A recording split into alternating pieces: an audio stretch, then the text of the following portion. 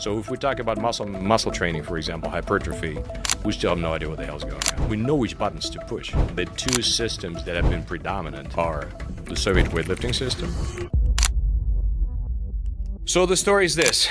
This method, the Soviet Olympic weightlifting method, was developed over several decades by a number of coaches, by a number of scientists. So it's a very much collaborative effort. So Vorobyov was one for sure, Medvedev, Chernyak, a number of others.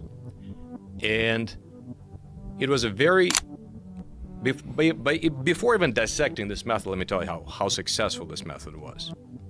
You can look up the world weightlifting records in Olympic weightlifting. And you hear about all these different records set by this lifter, that lifter, and so on and so forth. Few people realize that the International Weightlifting Federation has changed the weight classes 2 or 3 times since the 80s.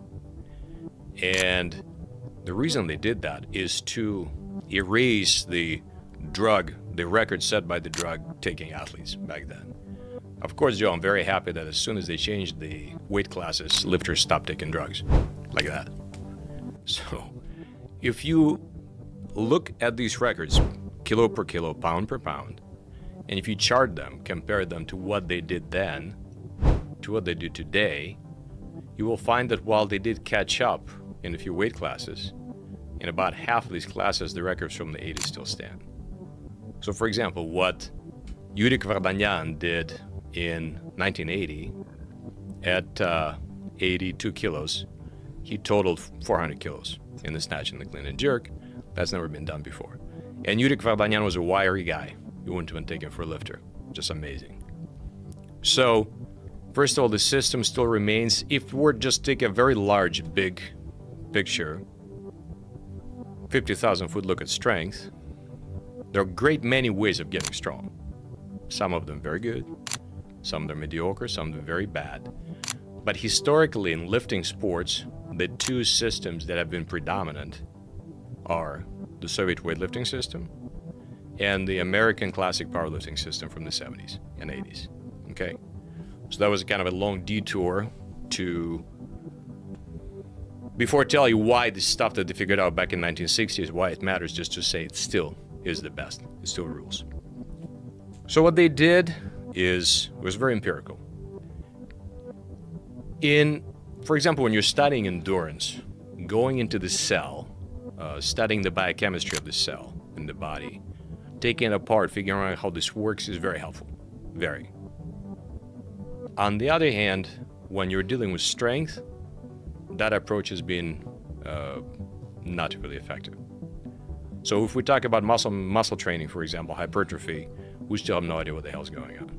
So we know which buttons to push, but that's just empirical knowledge. That's not the understanding of the cell. So we really don't understand hypertrophy? No, really? No, we do not. Wow. No. And I'll be happy to talk about this, but if you don't mind, let me just finish on this variable overload and the Soviet weightlifting system. So what they did, even though they also, they cut the muscle, look at that as well, just didn't learn as much. But coaches programmed particular loads for athletes and watch what happened. And then they watched how the athletes performed, and they watched how the top athletes performed. And they looked for patterns. And they were very open-minded. So they were not thinking like, well, it's got to be just the heaviest weights will do that. Or it's got to be the training to failure is going to do that. It's not the case.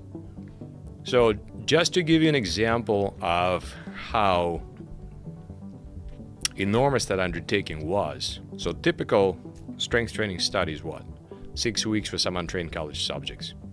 Guys who are just on their phones. Professor Medvedev, who's also a world champion, he studied the training loads of top weightlifters only when they were successful in competition for 4 Olympic cycles. 4. So we're talking about 16 years, and then somebody else did it for another cycle. And there were just an amazing patterns just emerged. So for instance, I'm going to give you a rundown of what the patterns are. There are certain optimal volumes, how much exercise you do. There are certain optimal intensities.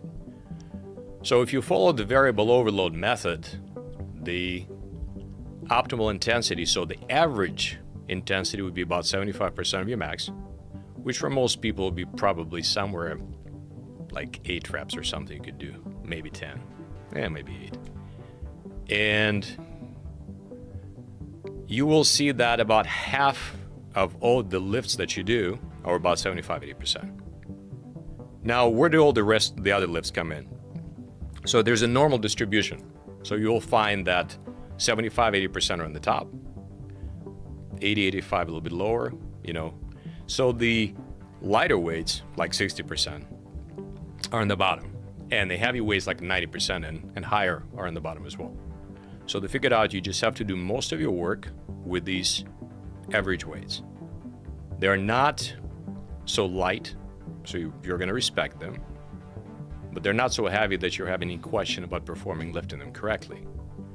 So, and then there's another aspect of intensity is just doing some heavier lifts, a very carefully measured number of heavy lifts in addition, like 90% or whatever, occasionally. Then they figured out the proper volumes. Just to give you an idea, if you're looking at, let's say, you might be doing 30 reps of given exercise per session, what have you, although there's variability.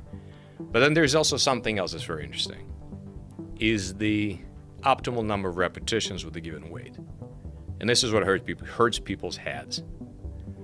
If you look at the weights from 70 to 90%, the optimal number of repetitions are 1/3 to 2/3 of your maximum. So let me give an example to the reader, to the listener. Let's say that you're lifting a 10 rep max weight. So you go all out as hard as possible. You can do 10 reps. In training, you should be doing 3 to 6 reps. That's it. That's the window. And why is that? We have no idea. But the scientists, like in this case, I think it was Matveyev was involved in that, the father of periodization. I think it was one of the scientists. They experimented with all sorts of rep ranges. And they figured out that if the reps are too low with a given weight, you don't get stronger. If the reps get too high, either the athlete gets hurt, or his technique is compromised, or he's just unable to perform the optimal volume.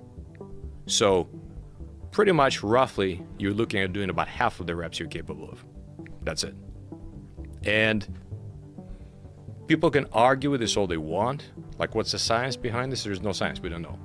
The science is purely empirical. This particular method is purely empirical. It worked for decades. It still does. And that's one of the ways you can get strong. So in summary, we have step loading, which is where you stay with the same weight for a while, or the same reps, whatever, and then make a sudden jump. That's the best way to train for beginners, usually. We have wave loading, or cycling, which is we build up, jump back, and build up again. And we have variable loading, which is almost chaotic. We're just constantly surprise the body with what we're throwing at it, but we do that within very narrow parameters.